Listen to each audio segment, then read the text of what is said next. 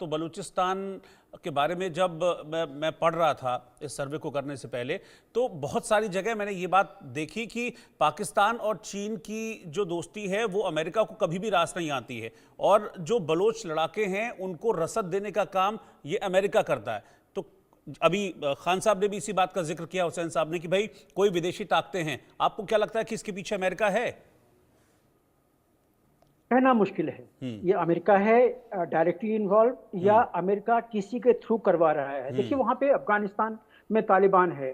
तालिबान को अमेरिका ने आने दिया है।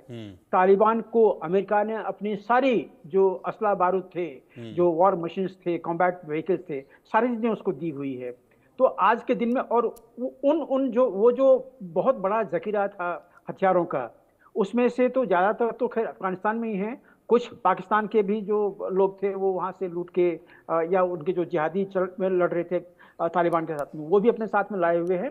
तो ये वहां की रियलिटी है कि वहां पे असला बारूद और जो गन्स हैं ये वहां पे लोगों को मुहैया कराए जाते हैं, क्योंकि आज के दिन में पाकिस्तान और अफगानिस्तान की नहीं बन रही है, तालिबान की नहीं बन रही है। तो इसमें कोई दो शक नहीं कि बलूचिस्तान में चाहे बीएलए हो, चाहे बीआरए हो, और भी कुछ छोटे छोटे ऑर्गेनाइजेशन हैं, उनको अगर हथियार की जरूरत पड़ती है तो अफगानिस्तान या तालिबान उसको देने से बाज नहीं आएगा, जरूर देगा उसको।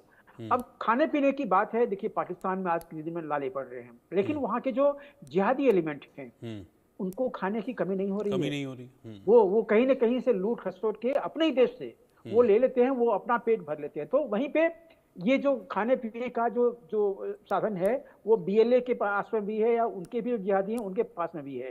अब बात आती है कि सेना और बीएलए का भिड़ंत।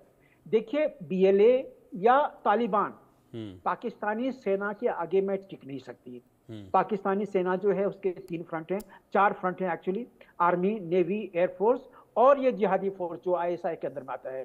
तो ये अगर सब एक साथ मिलके अगर दुरान लाइन के क्रॉस में अगर ऑल आउट हमला कर दे अफगानिस्तान पे, तो अफगानिस्तान की तालिबान टिक नहीं पाएगी।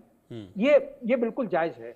नहीं, लेकिन बहुत सारे लोग ये भी इस बात को कहते हैं कि भाई वो जो एरिया है खैबर का एरिया, टीटीपी और बलूचिस्तान का एरिया, ये जो बलोच लड़ाके हैं ये शायद पाकिस्तानी सेना से ज्यादा इस एरिया को अच्छी तरीके से समझते हैं, उस टेरेन को समझते हैं, इसीलिए इस एरिया में इस तरह के अटैक से लोग कर पा रहे हैं।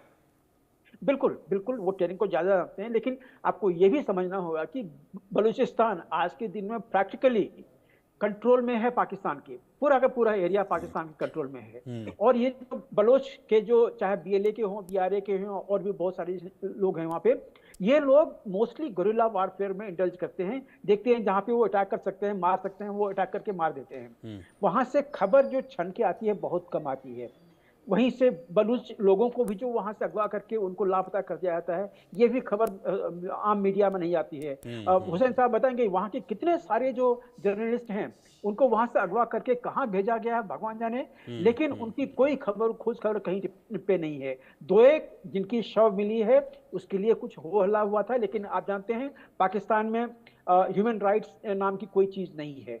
अगर कुछ लोग हैं भी तो उनको डायरेक्ट थ्रेट मिलती है जिहादी से कि अगर आपने इसको रिपोर्ट किया तो आप मारे जाओगे, तो वो लोग रिपोर्ट नहीं करते हैं। मैंने यूएनएचआरसी की रिपोर्ट पढ़ी हुई है पाकिस्तान की, वो जो 2022 की, उसमें ओपनिंग लाइन था कि the human right organisations worker do get live threats and that is where they don't put everything into the domain.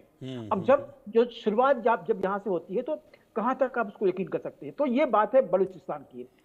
Khyber Pakhtunkhwa के बारे में जो आपने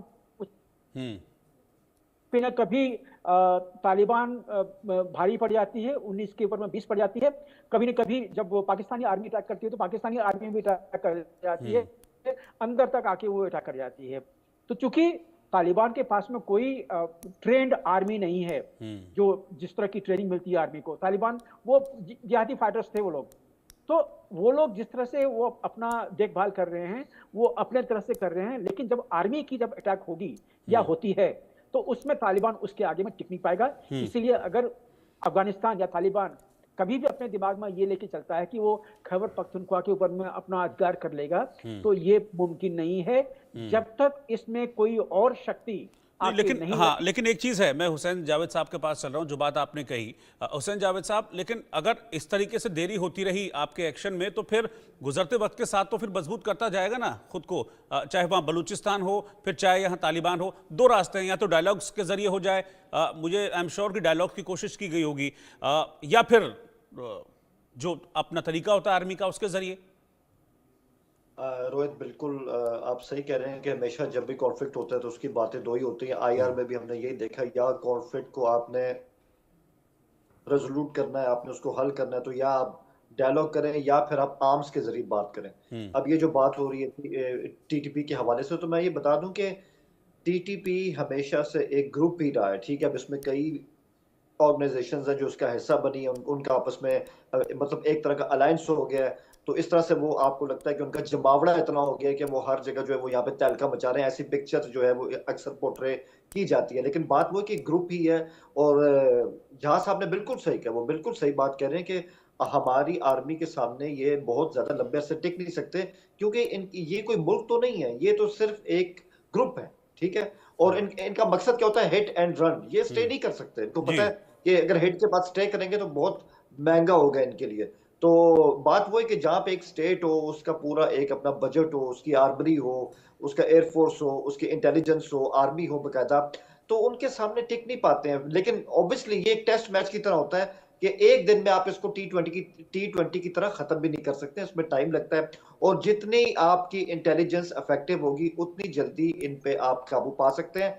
बातचीत भी हो रही है, और बातचीत की बड़ी कोशिश काबुल के साथ की गई है कि इन टीटीपी को कंट्रोल करें।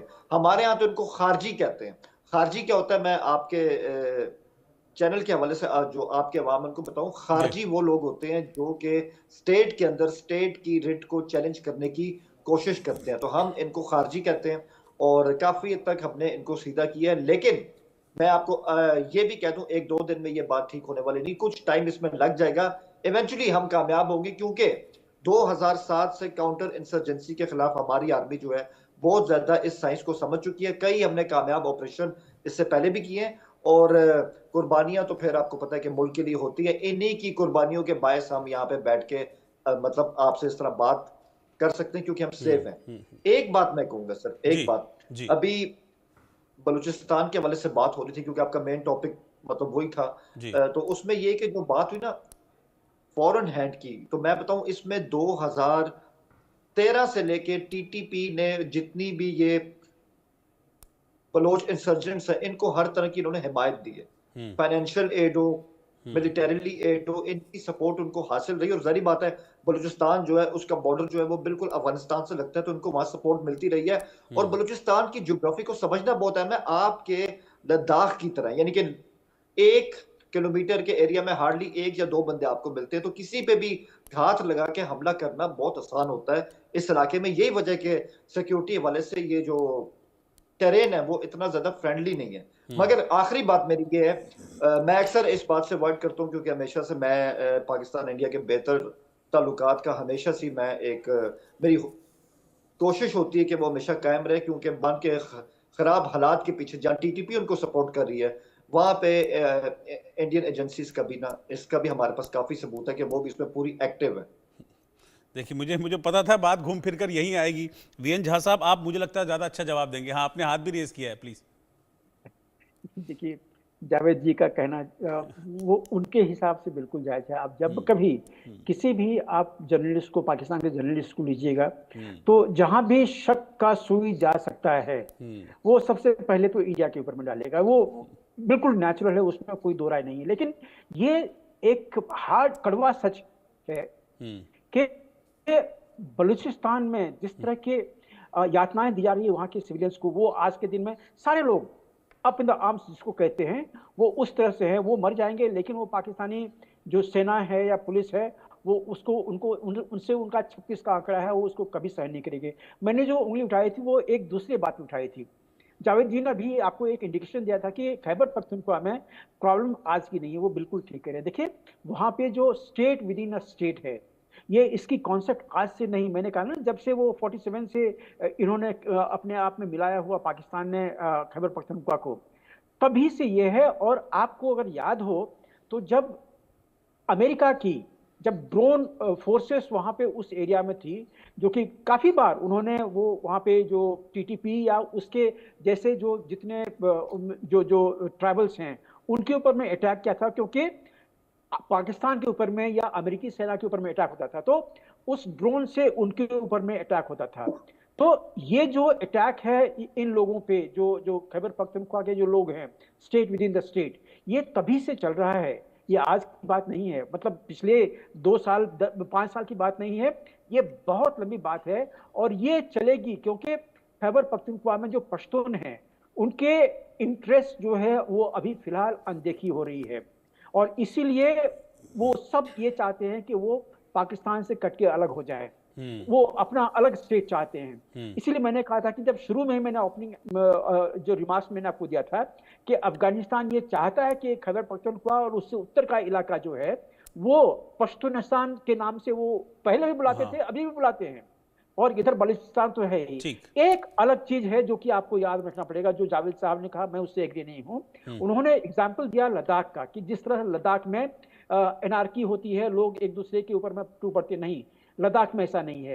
लद्दाख बिल्कुल पीसफुल स्टेट है, वो हम लोग जानते हैं, हम आप जानते हैं, शायद जावेद जी को जी की पता नहीं है, वहां पे लोग एब्सोल्युटली। सर मैं रोकना चाहूंगा आपको माफी के साथ कि बस इतना ही वक्त था मेरे पास। आप 10 सेकंड बोल लीजिए हुसैन साहब, फिर आप कहेंगे कि मुझे जवाब देना, सिर्फ 10 सेकंड बस, सिर्फ 10 सेकंड बस।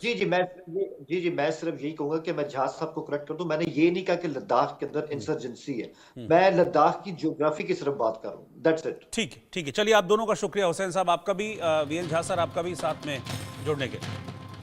और फिलहाल आंकड़े हमारे फैसला आपका में अभी के लिए इतना ही, बाकी की खबरों के लिए आप लगातार बने रहिए इंडिया न्यूज के साथ।